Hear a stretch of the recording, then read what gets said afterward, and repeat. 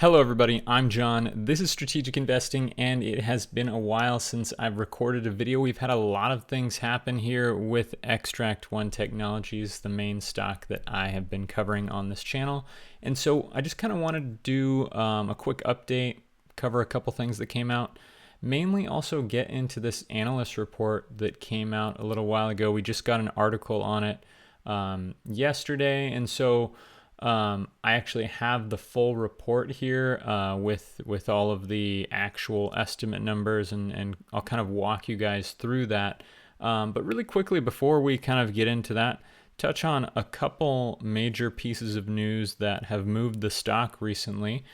First one, Xtract One enters into a master supply agreement with Global Entertainment Organization for security screening deployment. So this one we got just a couple of weeks ago. This is the one that really kind of got the stock moving recently, and for good reason. We have a pretty big opportunity, it seems like. Obviously, it's a global business, so this is a business that is relatively or pretty large if they're operating on multiple continents.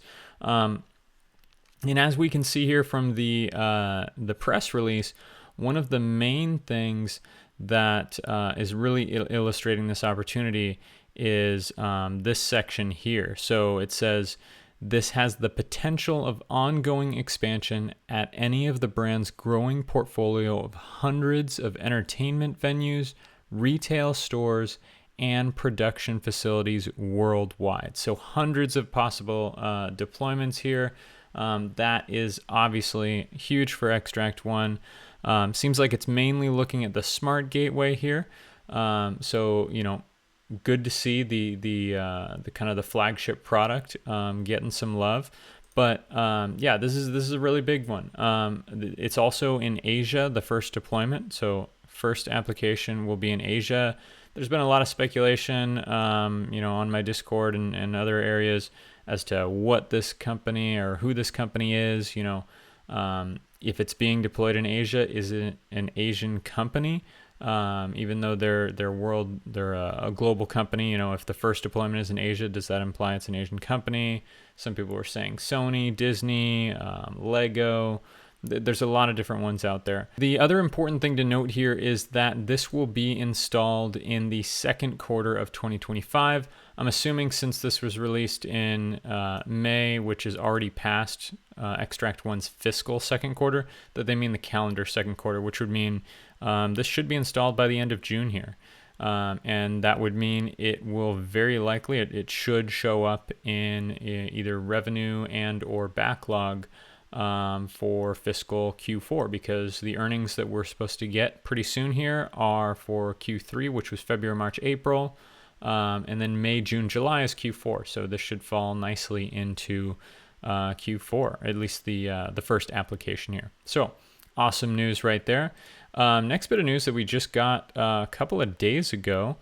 Xtract One teams up with MLB's Colorado Rockies to deploy the smart gateway at Coors Field, bringing frictionless screening to fans this season. So one important thing to note here, it says this season, right? So we should already have some deployment, and we kind of have some confirmation on that. I'll show you some pictures in a second. But the other thing is this should be at least their second MLB team. And it's really good to see that this is an MLB team too, because the MLB and the NFL have been kind of, from what we know, historically less strict or a little more lenient on the types of weapons and different security that they're kind of really going for. And so focused more so on guns and things like that rather than the small knives that the arenas like the NHL and the NBA really tend to focus on a lot. So it is good to see that we are getting some contracts in the MLB. I mentioned, you know, we got some confirmation on this. If you guys are in my Discord server, one of the guys on there, Doug, he went to a game the day I think this was announced, and he did confirm. We got 4 here. I think there were a total of 4 pairs of gateways there. And, you know, looks like as always, they're kind of starting off with a small deployment and then working their way up. You can see that there are still some metal detectors in use. And then it does say on here, where is it? Entered into a joint development agreement. That was kind of some interesting, our joint development project. Kind of some interesting language there, so not sure exactly what that means. Maybe they're, helping them tailor the systems to the MLB, working with them in some way. So, we'll see what comes with that, but some awesome news there as well. Now let's get into kind of really the main thing that I want to talk about here. This Ventum Capital Markets price target and analyst note. So this is from I'm sorry, I'm gonna butcher the name, but Amir Azat. Apologies to you if you're watching this video, but on that note, actually, I would love to talk to this analyst, maybe get them on the channel, and really get a feel for how they're thinking about the company and things like that. That would be, I think, really awesome. Also, not just for that, but to kind of clarify some of these things on the note here, because as you'll see as I go through some of these things, I really kind of am curious what he's thinking and looking for some clarification on some different things. One of those is the price target. So as you guys can see, the 80-cent price target. So that is, as you can see here, Canadian, right? So for any of you guys in the US watching this, all of these metrics and numbers given on here, everything's in Canadian. So this was actually put out on May 5th, even though there was just a recent article that referenced it. So that at the time, the Canadian share price was 39 cents. So obviously they're bullish. This analyst is bullish on the stock. And, give you a little bottom line here. We hosted a series of meetings with Xtract One Technologies. The discussions reinforced their conviction in the company. Xtract One remains in our view, a mispriced, high-growth operator with EBITDA break-even firmly in sight within around 2 quarters. Structurally expanding in the market, record backlog, accelerating revenue ramp, growing vertical traction. We believe Xtract is one of the most compelling asymmetric setups in Canadian small cap tech today. I would personally say they're one of the most compelling asymmetric trades going on here in the market, period. But yeah, definitely agree. A couple of just highlights here that they give. They're pretty much telling us a lot of the stuff that most of us already know. A huge backlog, signed agreements pending, setting them up for a great back half of fiscal 2025. We all know that. We're all expecting some good numbers coming up here. The tech risk is low. It's already a proven product, right? Traction in venues and industries, verticals beyond sports. Obviously, they're doing very well in healthcare right now, manufacturing. Jumping into education with the One Gateway. We should see that definitely accelerate soon. And the interesting thing here is they say no tariff risk because of USMCA. Now, honestly, most of the tariff issues are probably behind us at this point. We got the 90-day pause. There's actually just recently some stuff with some courts. We'll see what happens, but I think, at least as far as Canada goes, we're probably the worst is behind us on the tariffs. Interesting that they say that there's no tariff risk at all, that it's shielded under the USMCA, which for any of you guys that don't know is an agreement between United States, Canada, and Mexico that kind of exempts a lot of things from any sort of tariffs. And so it's interesting that we never heard that brought up on any of the earnings calls when management was asked about tariff risks. So maybe they're making an assumption here, or maybe they know something that we don't. But either way, I think tariffs aren't really going to be a concern moving forward. And then they kind of get into here what's behind a lot of their analysis here. So I will link this. I'll put a copy of it, or I'll link it in the Discord server after I upload this video. The interesting thing here, and kind of the main discrepancy, or two main things really.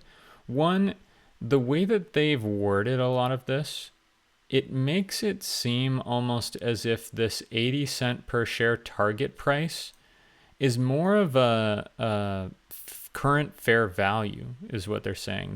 They're almost saying that based on their analysis, the stock should currently be trading at a fair value of 80 cents. Not necessarily that, most price targets, and they actually say this like way down here, they say analyst recommendations for price targets are based on a stock's expected 12-month return or specific fundamental results. Under certain circumstances, it may be different timelines and whatnot.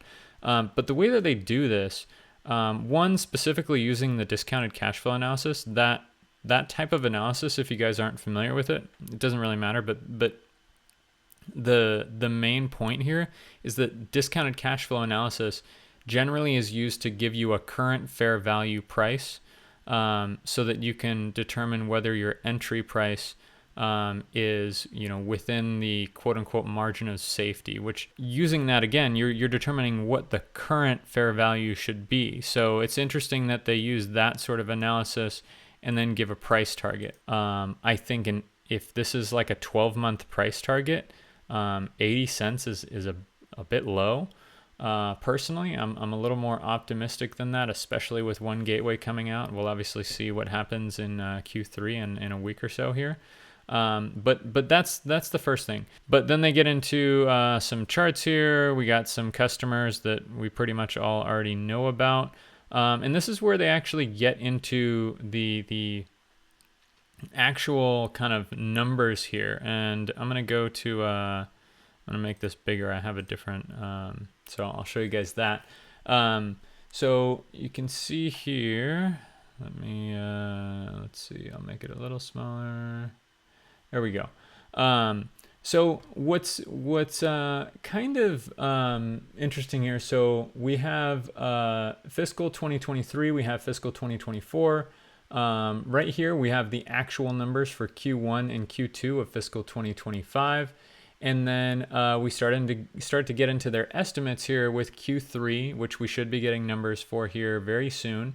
And they have revenue at 4.8 million, with revenue in Q4 of 6.2, which gives you a total for fiscal 2025 of 18.1. Now, I think that's, it's pretty reasonable. It obviously, I would say it might be actually a better way to estimate for Xtract One would maybe be to estimate bookings, or even better yet, installed contract value. Which I'm actually working on kind of putting together in my estimates and whatnot. But because really this revenue number, is really dependent on the mix of upfront versus subscription contracts. If we get, say, in Q3 or in Q4, a large percentage, say 70% upfront contracts, we could very well see a 8 million plus quarter. And that's where you start to, talk about your first quarter of profitability when you get into that range there. But if we see a much larger mix of subscription contracts, right, then, 4, 6, 5 million, even a little bit lower seems perfectly reasonable, because most of that money is then being recognized over the life of that contract.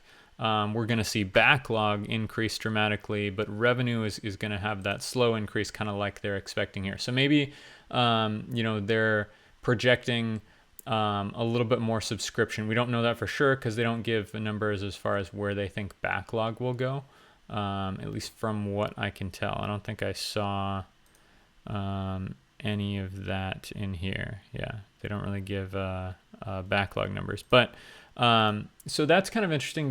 The other thing here is they say expanding profit margin. If we go back in here, like one of their like, highlighted things when they were looking at where was it?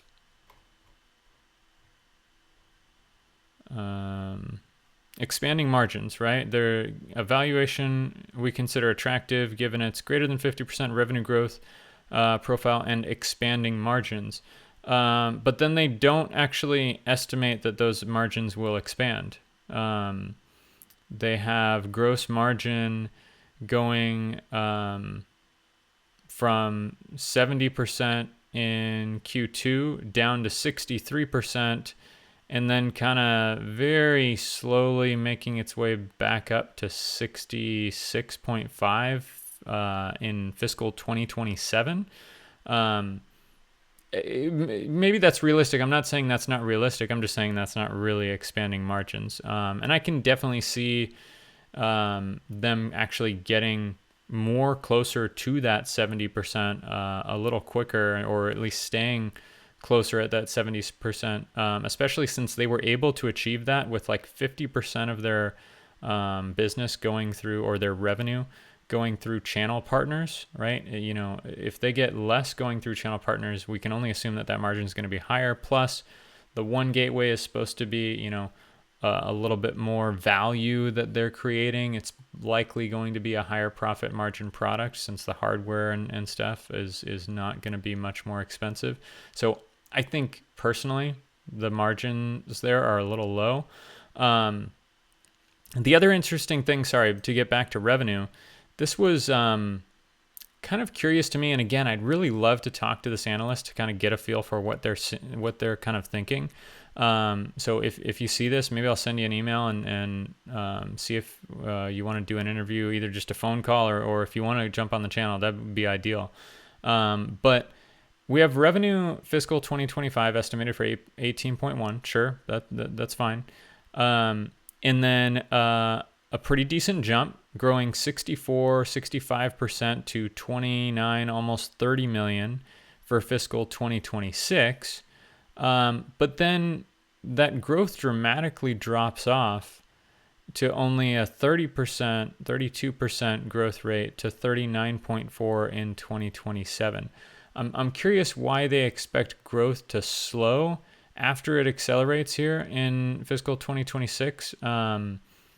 I don't know. Maybe there's something I'm missing that they're kind of seeing, or maybe they see the company really shifting towards favoring that subscription model in fiscal 2027. And so they see recurring revenue, growing, and that backlog really growing, and the upfront revenue not being as a large a part of a business. Maybe that's it. So again, I'd really love to kind of get inside this analyst's head, see what he's thinking. Always open to hear other people's opinions. The last thing that I'll mention on this, and again, I'll post this on the Discord so you guys can check it out. We have EBITDA and EBITDA margin, and they talk a lot in the report about break-even EBITDA and their EBITDA estimates and everything like that. I personally don't think that EBITDA is useful or as useful when looking at a company like Xtract One. And this is going to get a little granular, very kind of technical here from a financial perspective. So apologies if this goes over some of you guys' heads or if it's not interesting. But the reason, I'll try to keep it as concise and simple as possible. The reason that EBITDA doesn't necessarily paint or do what it normally does for a company when you're looking at trying to evaluate their earnings and whatnot and their financials is because the main way that Xtract One recognizes the only way that Xtract One recognizes the cost of the hardware in a subscription model is through depreciation. And so a large chunk of the depreciation, I think in fact, depreciation was something like I'm pulling numbers off the top of my head now, so I could be wrong, but I think maybe like 30% of the depreciation, like a couple $100,000 worth of the depreciation in just the last quarter alone was part of what was actually the cost of those subscription revenue. So when you're looking at the revenue minus cost of revenue, gross profit, that depreciation is accounted for there.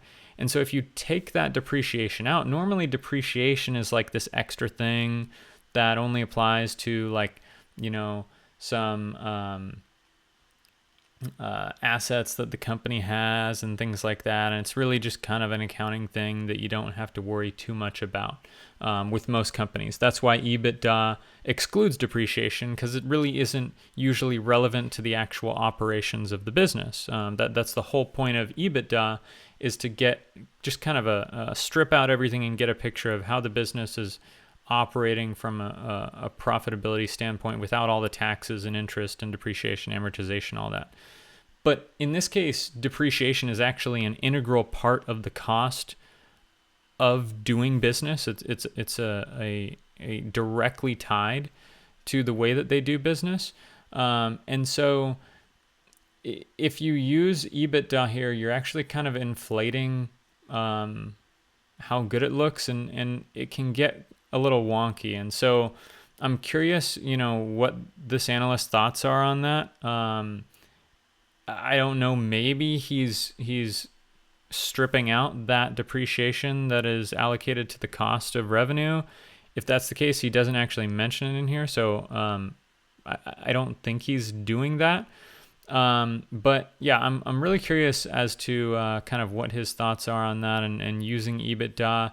I guess if you just use it in this case and you don't kind of compare it to other companies, but honestly, actually, the other thing I wanted to show you, and you guys can see this on the actual report when I posted on the Discord, one of the ways that they're actually like comparing the valuation here of other companies is through EBITDA and enterprise value to EBITDA and just EBITDA period. And I don't think that you can really do that. This is just my opinion. And again, I'd love to kind of have a discussion here with this analyst. But comparing a company that's depreciation is really not relevant to the actual operations of the business versus a company like Xtract One, where depreciation is an integral part of how they recognize costs for their revenue, I think it's going to skew it too much. So anyway, that's kind of my thoughts overall.